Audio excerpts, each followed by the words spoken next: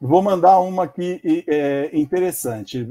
No dia 12 de fevereiro de 1968, ali há 55 anos, né? A Nani comentando que na Coreia também não pode, né? Em 12 de fevereiro de 68, há 55 anos, o elfo do heavy metal, Ronnie James Dio, ele sofreu um acidente muito grave ali com uma banda que ele tinha chamada Electric Elves, né? Eu vou falar desse acidente daqui a pouquinho, mas antes eu queria comentar um pouco sobre esse cara aí que está na tela, o Ronnie James Dio, né? Nascido Ronald James Padavona, né? Que eu falei que eu ia falar de outro carcamano aí, né? O Ronnie James Dio, conhecido também como Elfo do Rock, ele nasceu em Portsmouth, numa cidadezinha litorânea ali no Nordeste, ali, bem para cima, ali na costa leste, mas bem para cima nos Estados Unidos, quase no Canadá. Faz parte do condado de Rockingham, né? Até o condado tem rock no nome, né? Fica no estado de New Hampshire, né?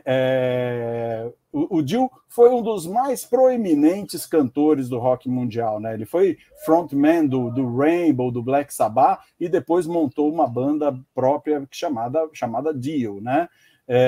Ele é considerado um dos melhores vocalistas de todos os tempos e foi influência para muitos outros vocalistas aí que a gente gosta muito, né? Pela extensão vocal dele, ele é classificado como tenor. E esse nome, vamos falar algumas curiosidades sobre o Dio, né? Esse nome, Dio, né, o sobrenome artístico que ele adotou, ele é inspirado no mafioso Johnny Dio, né? Então ele ficou Ronnie Dio para dar uma semelhança ali com o Johnny Dio. Ele se formou, na verdade, na escola dele, né? Ele formou uma banda de rockabilly que chamava Vegas Kings. Depois ele mudou o nome várias vezes dessa banda, chamada Ronnie and the Rumbles, Ronnie and the Redcaps, Ronnie Dio and the Prophets, The Electric Elves, que foi com a banda com que ele sofreu o acidente, e depois encurtou The Elves, e por fim ele adotou a sigla ELF, né? ELF, né? E com a banda ELF foi aonde ele realmente estourou e fez muito sucesso. É uma curiosidade muito bacana que é atribuído ao Ronnie James Dio esse gesto da mão chifrada aí que ele está fazendo na tela, né? Acabou virando um símbolo do rock pesado e, na verdade, ele usava esse gesto no intuito de afastar o mal-olhado e não como um símbolo satanista, como alguns pensam, né? Tem um documentário chamado Metal: A Handbanger's Journey. Ele faz uma referência à sua avó italiana que usava esse gesto para afastar o mal-olhado. Na Itália, esse gesto é como aqui no Brasil a gente bater 3 vezes na madeira. Bacana. Né? Então era para afastar o mal-olhado. Em algumas situações é considerado um sinal de adoração a ritos satânicos, porém para os fãs do heavy metal não tem exatamente uma ligação com o satanismo, né? Agora, as situações engraçadas, né? Em 79 foi quando o Dio começou a usar esse gesto, quando ele já fazia parte do Black Sabbath, né? Ele já não estava mais no ELF. Contudo, esse gesto já tinha sido usado em outras oportunidades, como a gente vai ver aí na foto que o Marcelão vai colocar para a gente na tela, a próxima foto. Eu achei que ele ia dar tchau para a plateia, mas como ele estava segurando o microfone para não cair, ele teve que segurar. É que nem o Winston Churchill, né, cara? Você conhece essa história do Winston Churchill? O Winston Churchill sempre fazia esse gesto, né? Que o pessoal falava que era o V de Vitória, né? E a primeira vez que ele fez esse gesto, ele estava lá no Palácio de Buckingham, ele foi fazer um discurso, e aí ele chegou lá na frente e fez assim, aquela multidão lá na frente, ele fez assim, e aí todo mundo começou a fazer assim, aí ele olhou para a galera, todo mundo fazendo esse símbolo, ele olhou para a mão dele, virou para o assessor e falou assim, eu vou manter o gesto, mas vai lá ver onde eu deixei cair o meu charuto.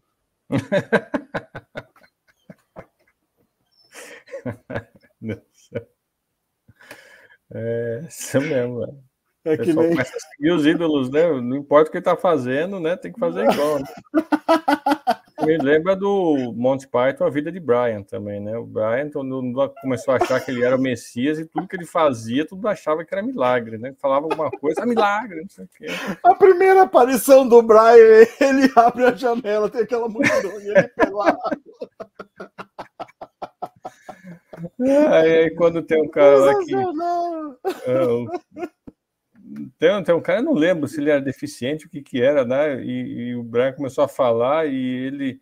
ele tinha feito voto de silêncio, né? Era um E o Brian ermitão, fugindo, caiu no buraco onde o cara... caiu no buraco, daí a multidão seguindo ele, daí ele começou a xingar o Brian, que ele caiu lá. Aí quando a multidão chegou, ele falou: nossa, eu tava sem falar aqui há não sei quantos anos, ele entrou aqui e me fez falar. Milagre! Que ele era surdo, ele era mudo e nada a ver, né? A vida de Brian é muito legal. Aí, mas essa foto aqui, como curiosidade, né? Eu falei que o Dio começou a fazer esse símbolo em 79, mas você vê na capa do álbum Yellow Submarine dos Beatles, em 69, 10 anos antes, o cartoon ali, o desenho do John Lennon, ele já faz aquele símbolo ali atrás do Paul McCartney, né? E se você vê na fotinho que está ali em cima, que é de 2 anos antes, é de 67, né? A ilustração ela foi baseada nessa foto e o John Lennon aparece claramente fazendo o sinal da mão chifrada ali no canto ali da foto, né? Sim, sim. E outra coisa interessante, a capa do álbum Witchcraft Destroys Minds and Hip Souls, de 1969, da banda de rock psicodélico Coven, né, uma banda de Chicago do fim dos anos 60, eles explicitamente usavam, bem tétrico, se você olhar, botar ali Coven, banda Coven, imagens, vocês vão ver que eles explicitamente usavam no palco e nas letras temas sobre o ocultismo e magia, e ali nessa foto da capa do álbum mostra também 2 membros da banda fazendo o sinal dos chifres, né? Esse álbum é de 1969. E o álbum tem várias faixas que fazem exatamente referência a satanismo, né? E diz ali, também a pesquisa da banda, que em 1968, quando a banda se formou, né, de 67 para 68, a vocalista Jinx Dawson, ela usava esse sinal no palco. E depois, você vê ali no disco Love Gun, de 77, do Kiss, tem ali no cantinho o Gene Simons fazendo o mesmo gesto com a mão. Depois o Gene Simons, que não é nada besta, né, ele tentou patentear o sinal, né? E essa vocalista Jinx Dawson falou que se ele patenteasse o sinal, ele ia ser processado. Nossa, que ela já tinha lançado bem antes. Porque ela já tinha lançado bem antes, né? Então, as curiosidades aí sobre o Ronnie James Dio, que ele acabou, se não foi ele que introduziu esse sinal no mundo do rock, ele acabou sendo nomeado como um precursor desse símbolo aí, porque ele levou para frente, né? E ele usava com bastante frequência, mais no sentido de afastar mal olhado do que uma coisa de satanismo. Mas acabou que veio muito bem a calhar por causa de todas as lendas, e ele estava no Black Sabbath, de qualquer maneira. Né? Aí, uma outra coisa que eu comecei falando disso, né, exatamente no dia 12 de fevereiro, 55 anos, o Ronnie James Dio sofreu um trágico acidente com a banda, né? Eles tinham feito um show em Waterbury, no estado de Connecticut, e a van da banda ela foi atingida por um motorista bêbado, e quase que isso daí põe fim na carreira do elfo do heavy metal, né? O guitarrista Nick Pantas, ele morreu no acidente, ele era, na ocasião, o motorista da van, e aí, por conta de uma úlcera que ele tinha, ele não estava bebendo, então acabou que ele foi o motorista da vez, né? E ele acabou falecendo nesse acidente, e o tecladista Doug Taylor, ele ficou com as pernas esmagadas ali, presas entre o motor e a frente da van, né? Tiveram que tirar com guinchos ali, com macacos, tiveram que tirar eles das ferragens, né? O Dog chegou aí para o hospital com as pernas já gangrenadas, né? E por causa da falta de circulação, e a amputação era quase certa, e ele acabou sendo transferido por um outro hospital em Connecticut, e um especialista ali, brilhante, que o cara deve a ele as pernas, né?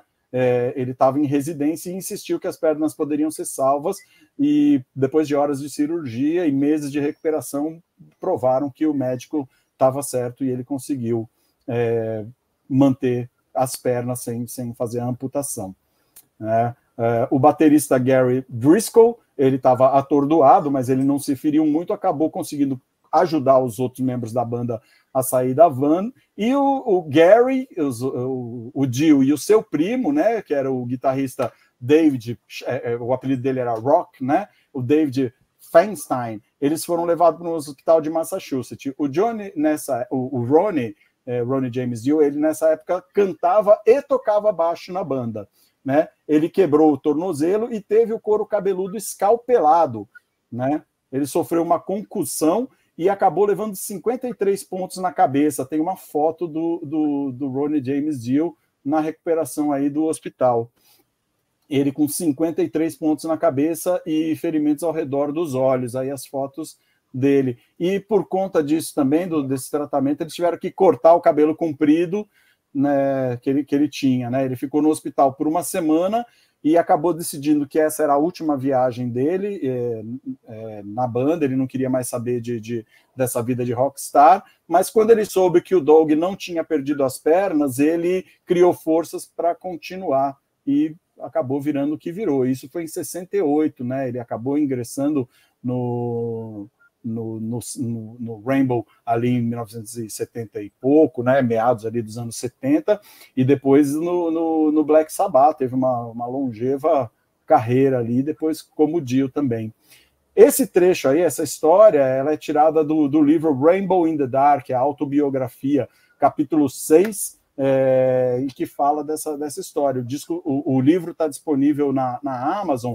Eu vou mandar o link para vocês daqui a pouquinho, para vocês, quem quiser também baixar o livro, vou mandar o link.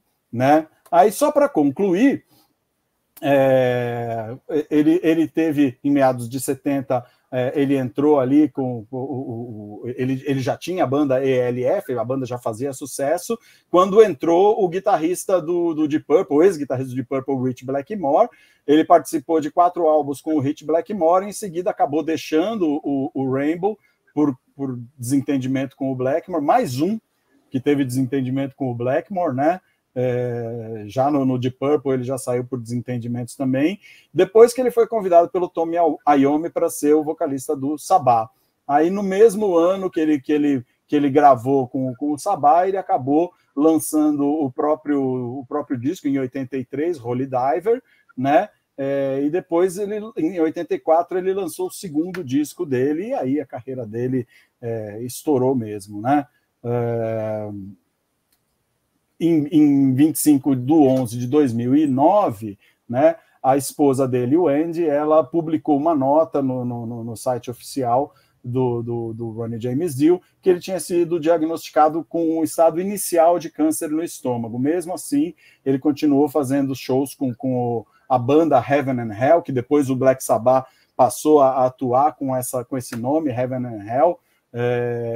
E aí, em março de 2010, a Wendy publicou uma atualização dessa informação, dizendo que o Ronnie tinha feito a 7ª sessão de quimioterapia, uma tomografia, uma endoscopia, e os resultados eram bons e o tumor tinha reduzido consideravelmente. Em 4/5 também de 2010, o Heaven and Hell anunciou o cancelamento de todas as apresentações por causa da condição de saúde do Dio, que veio a morrer às 7h45 do dia 16 de maio de 2010.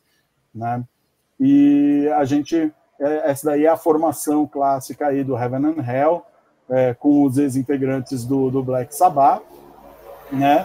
E depois, uma homenagem póstuma, né, foi feita para o Dio, na cidade ali da Bulgária, na cidade de Karvana, na Bulgária. Uma estátua de bronze foi revelada no dia 23 de outubro do ano que ele faleceu, e E essa estátua ali, ela é complementada com rochas da costa do Mar Negro e ela fica situada no Parque Central da cidade.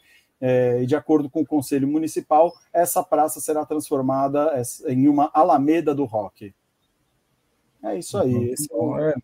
Então você vai ver uma cruz de malta aí na roupa aí do Ronnie James Dio aí.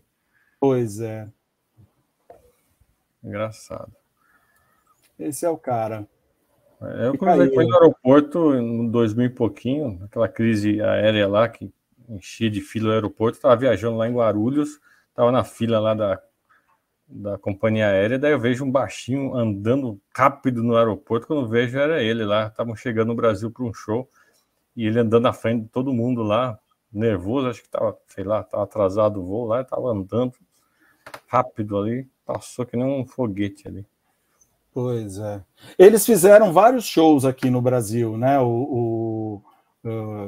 Ele gravou com o Sabá, ele voltou para o Sabá, depois ele teve uma época no Sabá, voltou de novo em 92, gravou um álbum chamado Deshumanizer, né?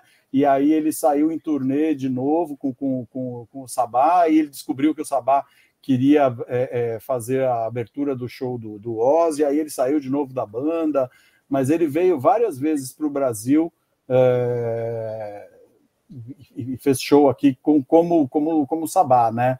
Como Dio, eu não lembro dele ter feito show aqui. Se o Alair tivesse aqui, com certeza ele ia saber de cor e salteado. É isso aí. Bacana, muito bom. E só para completar aqui, depois de amanhã, já que a gente falou do Black Sabbath, né, dia 19 de fevereiro, é aniversário do Tony Iommi. Depois a gente vai mandar um abraço aí para os aniversariantes, já que a gente falou do Tony Iommi, o aniversário dele é depois de amanhã. Monsters of Rock, muito bom. Philips Monsters of Rock, eu fui 1 ou 2 vezes. E o Deep Purple... Não era no Pacaembu, não? Eu fui o Monsters of Rock? Teve Monsters no Anhembi também, ali no Sambódromo. Eu fui no Pacaembu. E a Tanani ali também comentou o Steve Morse no Deep Purple. Eu assisti o Deep Purple lá no Olímpia com o Steve Morse também. Eu também vi com o Steve Morse. Um belo show mesmo. Muito bom. E só para fechar aqui, nesses dias aí, o Ozzy Osbourne anunciou, né? Aposentadoria. A aposentadoria dele. Social lá.